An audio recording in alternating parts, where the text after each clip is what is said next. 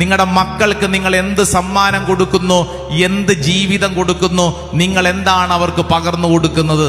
വളർച്ചയിൽ പേരൻസ് ശ്രദ്ധിക്കേണ്ട വളരെ കുഞ്ഞു കാര്യം.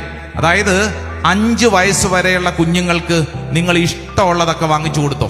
അവരെ പൊന്നുപോലെ നോക്കണം. 5 വയസ്സ് മുതൽ 15 വയസ്സ് വരെ ശ്രദ്ധിച്ച് കേൾക്കണം. അച്ചടക്കം പഠിപ്പിക്കേണ്ട പ്രായമാണ്.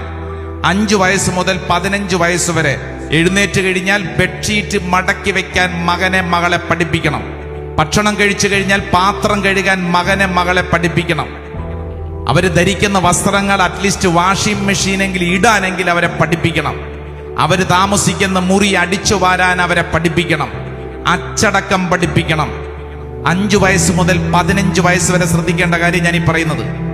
15 വയസ്സ് മുതൽ മുകളിലോട്ട് നിങ്ങളുടെ മക്കളെ നിങ്ങളൊരു ഫ്രണ്ടിനെ പോലെ, സുഹൃത്തിനെ പോലെ കൈകാര്യം ചെയ്യണം. മനസ്സിലാവുന്നുണ്ടോ? ഓരോ കാലഘട്ടത്തിലും ഓരോ രീതിയിലും കൈകാര്യം ചെയ്തില്ലെങ്കിൽ ഇപ്പൊ സംഭവിക്കുന്ന എന്നാന്നറിയോ?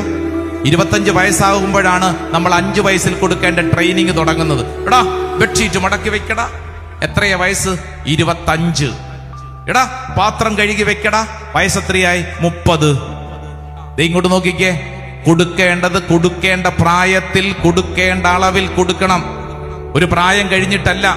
നമ്മൾ ശ്രദ്ധിക്കണം. ഈ കാലഘട്ടത്തിൽ പേരന്റിങ് എന്നൊക്കെ പറയുന്നത് വളരെ വിഷമം പിടിച്ച കാര്യമാണെങ്കിൽ അത് ഓരോ പ്രായത്തിനും പ്രായത്തിൻ്റെതായ രീതികളിൽ ശ്രദ്ധിക്കാഞ്ഞത് കൊണ്ടല്ലേ പലപ്പോഴും ഭാരമായി മാറുന്നത്.